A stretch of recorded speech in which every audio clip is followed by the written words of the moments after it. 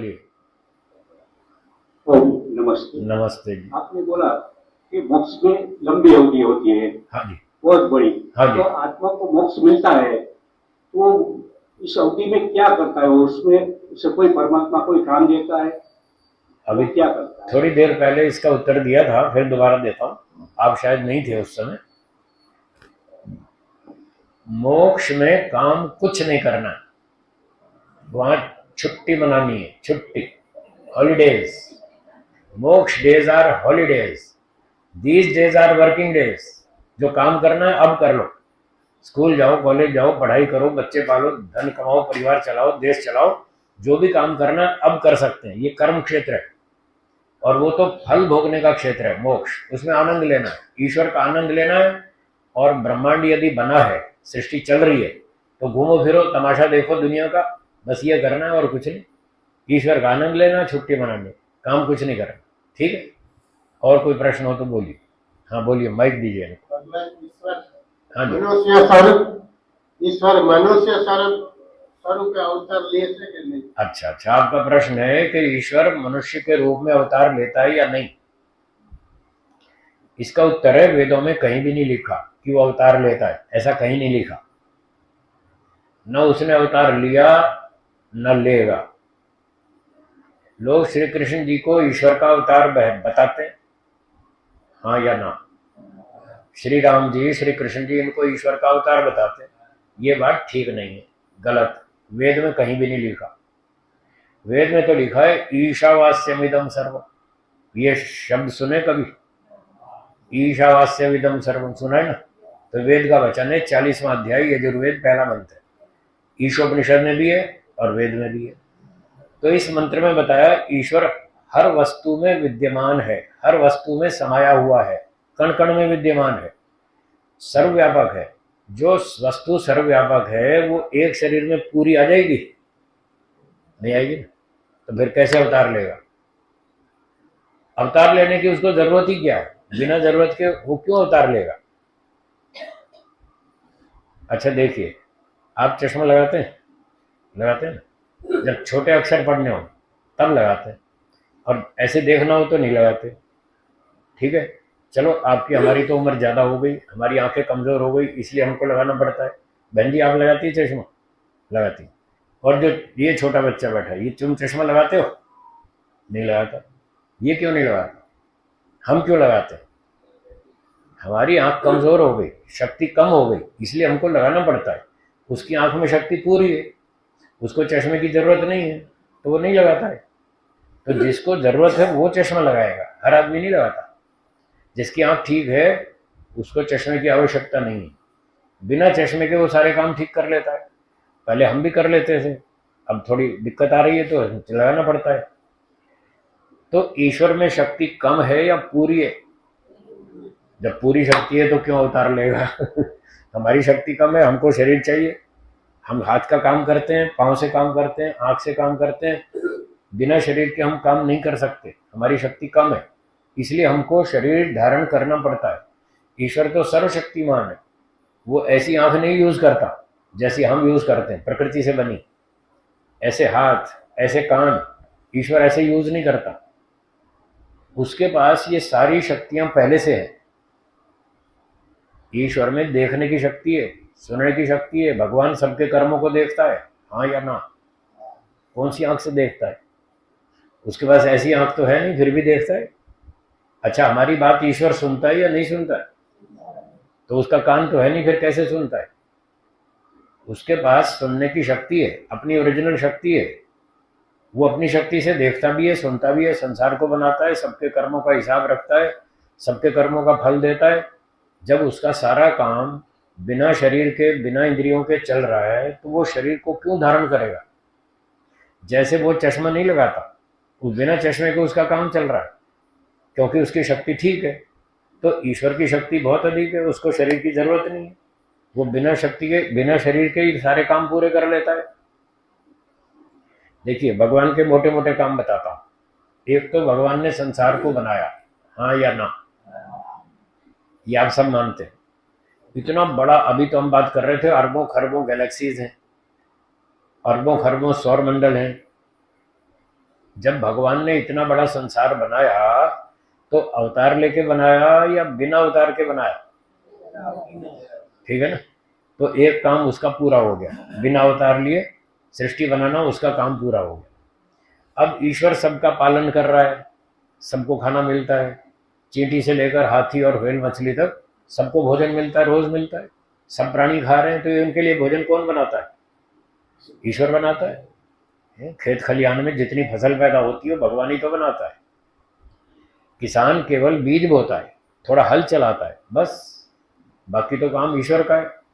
कभी कुएं से पानी भी डाल देता है, बहुत सारा खेती वर्षा वर्षा से होती है। तो भगवान सारी दुनिया का पालन कर रहा है। क्या जो पालन कर रहा है क्या अवतार लेके कर रहा है या बिना अवतार के? बिना अवतार के दो काम पूरे हो गए। जब इस ब्रह्मांड का नाश करना होगा तब अवतार लेके नाश करेगा या बिना अवतार के? तीन काम हो गए। चौथा, सबके कर्मों का हिसाब रखना और फल देना। ईश्वर ये चौथा काम कर रहा है या नहीं कर रहा? वो अवतार लेके कर रहा है या बिना अवतार के? तो फिर क्या जरूरत है उसको अवतार लेने की? कौन सा काम बच गया जिसके लिए अवतार लेना पड़े? तो लोग सोचते नहीं है, भ्रांतियों में पड़े हैं, और दुनिया में भ्रांति फैलाने वाले बहुत लोग जो इस तरह की भ्रांति फैला रहे हैं उनको दंड मिलेगा, ध्यान रखिएगा। उनके चक्कर में मत फंसना, आप भी भटक जाएंगे और उनको तो दंड मिलेगा ही जो गलत चीज फैला रहे हैं। तो वेदों में कहीं भी नहीं लिखा ईश्वर अवतार लेता है। वेदों में तो लिखा है ईश्वर सर्वशक्तिमान है, वो अपनी शक्ति से सारे काम कर लेता है बिना अवतार लिए। ठीक, हाँ जी। और कोई प्रश्न है? हाँ, पीछे हाथ उठा। अरे माता जी को दो, पहले माता जी को दो। हाँ बोलिए माता जी। मैं वेदांत में शिक्षा पढ़ रही थी, जी। तो इसमें वृत्रासुर का प्रसंग आता है।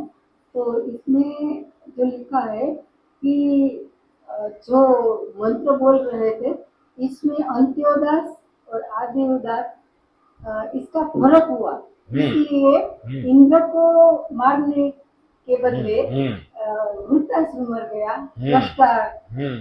तो ये इसमें स्पष्टता मुझे नहीं होती कि ये स्वर में कहाँ भेद हो गए। ठीक ठीक। व्याकरण शास्त्र में लिखा है उच्चैर उदात्त, ठीक है, नीचैर अनुदात्त, समाहारः स्वरितः, ये स्वरों का प्रसंग है। तो वो कह रहे हैं जब उदात्त अक्षर हो, उदात्त स्वर हो, तो उसको ऊंचे सुर में बोलना चाहिए, और नीचे वाला जो है वो अनुदात्त है। तो आप स्वर में अंतर कर देंगे तो अर्थ बदल जाएगा। जैसे स्वरतो अपराधात इंद्र शत्रु, यही था ना उदाहरण, इंद्र शत्रु। तो उसका मैं एक मोटा लौकिक उदाहरण देता हूं, स्वर से कैसे अर्थ बदलता है। ठीक है, एक उदाहरण देता हूं। एक व्यक्ति ने कहा कि मैं सोमवार को बंबई गया था। क्या बोला? मैं सोमवार को बंबई गया था। अगर इस सुर में बोला, इस स्वर में बोला, तो एक स्टेटमेंट है, वो अपनी सूचना बता रहा है मैं सोमवार को बंबई गया था। अब इसी वाक्य को मैं स्वर बदलूंगा तो देखना अर्थ बदल जाएगा। अब मैं स्वर बदल के बोलता हूं, सोमवार को मैं बंबई गया था। फिर से पकड़िए, फिर सुनिए बात। सोमवार को मैं बंबई गया था, बोलिए अर्थ बदला कि नहीं? इसका मतलब मैं बंबई नहीं गया था भाई, दिल्ली गया था। क्यों खामखा भ्रांति फैला रहे हो? मैं तो दिल्ली गया था, बंबई थोड़ी गया था। उसने कहा तुम सोमवार को बंबई गए थे, उसने कहा मैं बंबई गया था। अब देखो सुर बदला ना, तो अर्थ बदल गया। अच्छा, फिर अब इसने इसको और सुर बदल के बोला, सोमवार को मैं दिल्ली गया था, बंबई नहीं गया था, दिल्ली गया था। ठीक है, अब और सुर बदलता हूं, फिर अर्थ बदलेगा। सोमवार को मैं बंबई गया था, इसका मतलब मैं नहीं गया, कोई और गया था, तुम खामखा मुझे बदनाम कर रहे हो। सोमवार को मैं बंबई गया था, अब मैं पर जोर लगाया तो अर्थ बदल गया, और बंबई पे जोर लगाया तो अर्थ बदल जाएगा। तो इस तरह स्वर के परिवर्तन से अर्थ में परिवर्तन होता है। तो इंद्र शत्रु बोलने वाले ने सुर बदल दिया, तो सुनने वाले ने वैसा अर्थ निकाला जैसा उसने सुर बोला। तो ये बात कह रहे थे, अगर आदि उदात्त बोलेंगे तो अर्थ बदल जाएगा, अंतोदात्त बोलेंगे तो अर्थ बदल जाएगा, ये कह रहे। चलिए, और कोई प्रश्न है?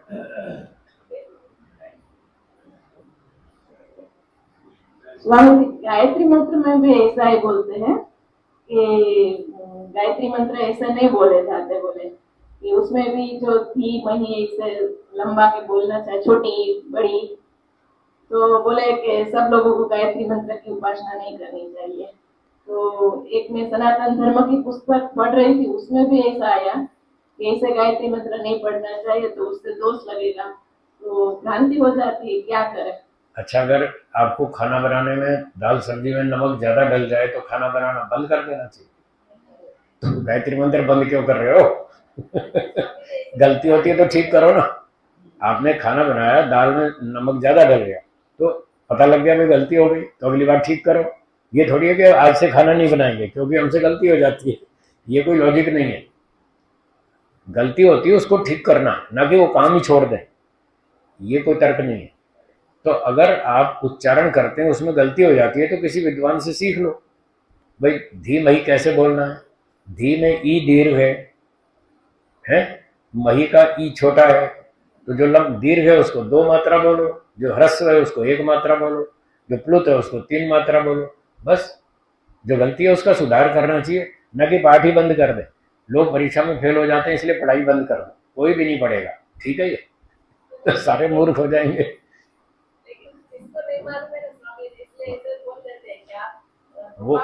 वो जो बोलते हैं वो गलत है। पाप तो तब लगेगा जब आप सब्जी रोटी बनाना बंद कर देंगे, पाप तो तब लगेगा। अगर गलती ठीक करेंगे तो पुण्य मिलेगा। गलती किससे नहीं होती? हर आदमी से होती है। जो आज को उपदेश दे रहा है, क्या उससे गलती नहीं होती थी? क्या उससे आज भी गलतियां नहीं होती? सबसे होती है।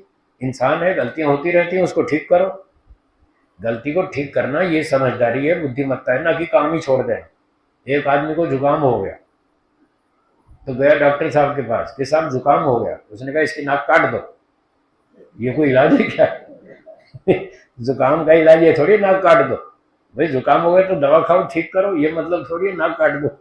हाँ बोलिए। ईश्वर को अवतार लेने की जरूरत नहीं है, तो फिर राम और कृष्ण कौन थे? आप मेरे जैसे जीवात्मा थे। या कृष्ण ने जो गीता या महाभारत जो कुछ हुआ, तो वो क्या सत्य था या असत्य? और ये कोई सब लोग उसको तो भगवान ही मानते हैं ना। हाँ, तो उस तो शक्ति होगी। रामचंद्र जी इतिहास में एक बहुत अच्छे आर्य राजा हुए, बड़े चक्रवर्ती राजा, बड़े प्रतापी राजा थे, शूरवीर थे, सारी धरती के राजा थे, उसको चक्रवर्ती राजा कहते हैं। तो वो चक्रवर्ती राजा थे, 2 हाथ वाले मनुष्य थे, आपकी तरह से मेरी तरह से। उन्होंने अच्छे काम किए, इसलिए हम उनका सम्मान करते हैं। आज भी जो लोग सेना में अच्छा युद्ध लड़ते हैं उनको मेडल मिलता है। 26 जनवरी को राष्ट्रपति जी पुरस्कार देते हैं या नहीं? परमवीर चक्र, सेना चक्र, अशोक चक्र, कितने बड़े बड़े पुरस्कार मिलते हैं। और कभी कभी राष्ट्रपति पुरस्कार भी मिलता है, कोई पद्म पुरस्कार मिलता है, पद्म भूषण मिलता है, बहुत सारे। तो श्री राम जी ने बहुत अच्छे काम किए तो हमने उसका सम्मान किया, ये अच्छी बात है। अच्छे लोगों का सम्मान करना चाहिए, पर इससे ये सिद्ध नहीं होता कि वो ईश्वर थे। ईश्वर के अवतार नहीं थे। वाल्मीकि रामायण को पढ़िए, उसमें कहीं भी श्री राम जी को ईश्वर का अवतार नहीं बताया, रामचरितमानस में बताया। तो जो रामचरितमानस लिखने वाले थे उनको समझ नहीं आई कि अवतार थे या नहीं थे, उन्होंने उल्टा सीधा लिख दिया। असली इतिहास तो रामायण में लिखा है श्री राम जी का, उसमें तो कहीं नहीं लिखा वो अवतार थे। हर जगह पर महापुरुष बताया, विद्वान थे, बलवान थे, वेदों के धुरंधर विद्वान एक्सपर्ट थे। तो उन्होंने बहुत अच्छा शासन किया, माता पिता की सेवा की, गुरुजनों का सम्मान किया, प्रजा की रक्षा की, दुष्टों को दंड दिया, सज्जनों की उनकी रक्षा की। तो ऐसे थे महापुरुष। ऐसे श्री कृष्ण जी थे, वो शुरू से लेकर आखिर तक लड़ते ही रहे, सारा जीवन युद्ध लड़ते रहे। उनका इतिहास पढ़ के देखिए आप, कभी यहाँ लड़ाई, कभी वहां लड़ाई, कभी मथुरा में, कभी कंस को मारा, कभी जरासंध को मारा, कभी शिशुपाल को मारा, कभी युद्ध लड़वाया, कभी और किसी के पास लड़ने चले गए, सारा जीवन लड़ते ही रहे। तो वो अच्छे राजा थे, क्षत्रिय थे, बुद्धिमान थे, वेदों के विद्वान थे, ऐसे महापुरुष थे। ईश्वर नहीं थे। ईश्वर को अवतार लेने की कोई जरूरत नहीं, वो बिना अवतार के सारे काम कर लेता है। लोग कहते हैं जी गीता में लिखा है दुष्टों को दंड देने के लिए ईश्वर अवतार लेता है। चलो समय समाप्त हो रहा है, इसका उत्तर दे दो। लोग कहते हैं गीता में लिखा है परित्राणाय साधूनाम विनाशाय च दुष्कृताम। क्यों माता जी, लिखा है ना। तो दुष्टों को दंड देने के लिए ईश्वर अवतार लेता है। मेरा उनसे प्रश्न है, आप सोचिए, ये जो अरबों खरबों असंख्य जीव हमारे आसपास घूम रहे हैं, गाय, घोड़ा, कुत्ता, बिल्ली, हाथी, मक्खी, मच्छर, चूहा, सांप, बिच्छू, कॉकरोच, है असंख्य प्राणी, ये किसने बनाए? ईश्वर ने। ये दुष्टों को दंड दिया या निर्दोष व्यक्तियों को? दुष्टों को। ये कितनी संख्या में है? असंख्य। समुद्र में देखो कितने जीव हैं, असंख्य। इन असंख्य दुष्टों को जब ईश्वर ने दंड दिया, तब अवतार लेकर दिया या बिना अवतार के? जब बिना अवतार के असंख्य दुष्टों को दंड दे सकता है, तो बिना अवतार के एक दुष्ट को दंड नहीं दे सकता? ये कोई अकल की बात? ऐसे बिना सिर पैर की बात कर रहे। कंस को मारने के लिए श्री कृष्ण जी ने अवतार लिए, ये तो मूर्खता की बात। जब बिना अवतार के करोड़ों अरबों खरबों को दंड दे रखा है, तो एक को भी दे सकते? ये तो कोई लॉजिक नहीं हुआ। ऐसे ही श्री राम जी, उन्होंने रावण को मारा, तो जब परमात्मा करोड़ों अरबों खरबों को बिना अवतार के दंड दे सकता है, तो एक रावण के लिए अवतार क्यों लेगा? और फिर दूसरा पक्ष भी तो सोचिए, जब वो ईश्वर अवतार लेगा तो वो एक शरीर में रहेगा या सर्वव्यापक होगा? एक शरीर में रहेगा ना। तो फिर सारी दुनिया की, बाकी दुनिया की देखभाल कौन करेगा? है, सबका हिसाब कौन करेगा? सबके कर्मों का हिसाब कैसे रखेगा? और वो रात को सोएगा भी, हाँ या ना? जब भगवान सो जाएगा तो दुनिया का क्या होगा? सोचो तो सही। सोचते ही नहीं लोग, दिमाग ही नहीं लगाते। भगवान कभी सोता है क्या? फिर राम जी तो सोते थे, श्री कृष्ण जी भी सोते थे, उनको सर्दी जुकाम भी कभी हुआ ही होगा, हाँ या ना? तो आदमी शरीरधारी है, तो सर्दी जुकाम बुखार कभी तो आएगा। तो ईश्वर को ना सर्दी जुकाम होता है, ना बुखार होता है, ना वो शरीर धारण करता है, ना रोता है, ना सोता है, ना कुछ नहीं करता। और श्री राम जी तो बेचारे दुखी हुए कितने, सीता हरण हो गया, बेचारे जंगल में ढूंढते फिरे, हे जंगल के पर्वतों, हे जंगल के वृक्षों, बताओ मेरी सीता कहाँ गई? पशुओं से पूछ रहे, पक्षियों से पूछ रहे, बताओ कितनी गड़बड़ है। क्या ईश्वर ऐसे रोता है क्या? जिसको अपनी पत्नी का ही पता नहीं है, वो भगवान हो सकता है क्या? भगवान तो सारी दुनिया की खबर रखता है, और उसको अपनी पत्नी का ही पता नहीं, मेरी पत्नी को कौन लेगा? तो ये सब भ्रांति है, लोगों ने गलत बात फैला दी। आप पढ़े लिखे हैं, बुद्धिमान हैं, विचार कीजिए, जो ठीक लगे वो स्वीकार कीजिए। तो समय समाप्त होता है, मैं यहाँ विराम देता हूँ। आशा करता हूँ आपने आज की बातें सुनी, इन बातों से लाभ उठाएंगे। धन्यवाद।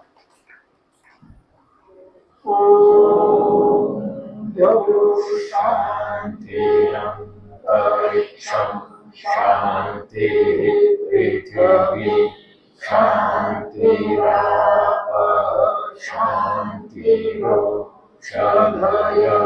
शांति वनस्पतयः शांतिर्विश्वे देवाः शांतिर्ब्रह्म शांति सर्वं शांति